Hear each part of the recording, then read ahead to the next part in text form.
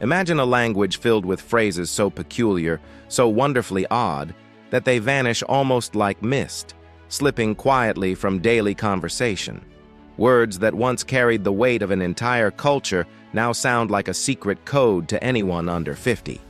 These aren't just words. They are windows into a Britain that operated by different rules, moved to different rhythms, and lived by values that feel almost alien today.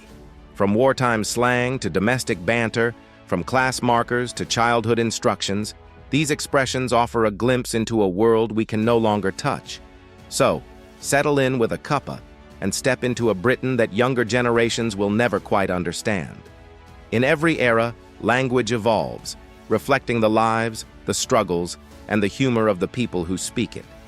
But sometimes, entire strands of vocabulary vanish, leaving behind only echoes of their former charm. British English, with its history of eccentricity and wit, is full of such treasures, phrases that once rolled off every tongue but now sound utterly foreign. Each one tells a story, not just of words, but of society, of childhoods shaped by imagination, of post-war austerity, and of a national spirit that was stubborn, creative, and occasionally absurd. These are the phrases that colored conversation, injected subtle humor, or softened the harshness of reality. Today, we'll explore 10 of them, tracing the footsteps of a Britain that time has quietly erased. Take, for instance, Gordon Bennett, a phrase that would erupt from British lips in moments of shock, astonishment, or disbelief. Your mother drops the best china teapot, Gordon Bennett. The bus fare rises by tuppence, Gordon Bennett again. From the 1920s through the 1970s, it was a polite alternative to stronger expletives, an expression of surprise without offense. But who was Gordon Bennett? The man behind the phrase was James Gordon Bennett, Jr., an American newspaper publisher notorious for extravagant stunts and outrageous behavior. His antics shocked polite society so thoroughly that his name became synonymous with astonishment, and generations of Britons adopted it, long after the original story had faded into history.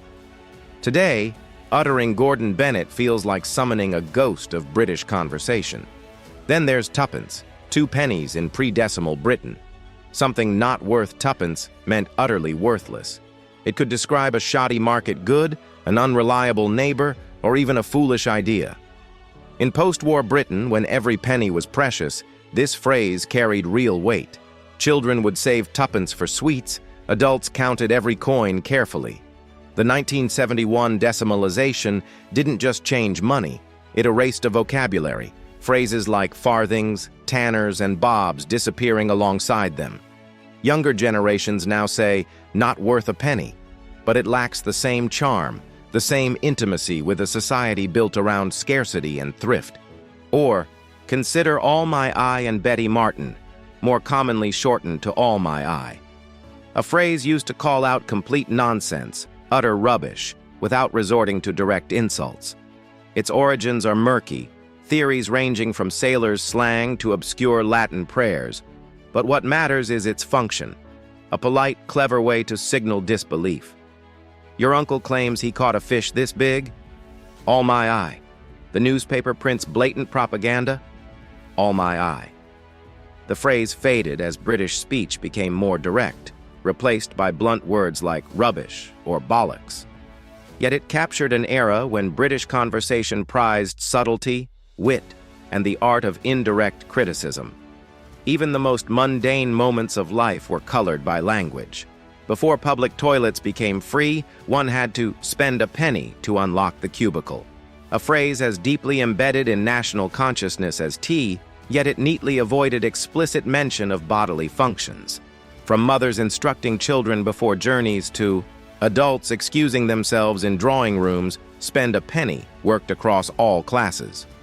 It survived decades after pay toilets faded, yet today, without context, it seems nonsensical. A quaint artifact of a more circumspect, imaginative society. Speed and urgency, too, found their own idiomatic expression, moving like the clappers. Derived from the swinging metal pieces inside church bells, the phrase conveyed frantic energy, total commitment, and almost desperate speed. Workers labored like the clappers to meet quotas. Children ate like the clappers to get outside before dark. It captured not just velocity, but dedication, a post-war ethic of rebuilding and perseverance, poetic in its absurdity, linking human effort to bell mechanisms. Modern equivalents like going flat out carry the meaning but lose the lyrical imagination. Bedtime, a simple act, was transformed into an adventure with phrases like up the wooden hills to Bedfordshire. Climbing stairs to bed became a journey to a magical county. Parents of the 19th and 20th centuries nurtured imagination, turning routines into stories. Today, upstairs or bedtime feels stark, the playful narrative lost to more direct parenting.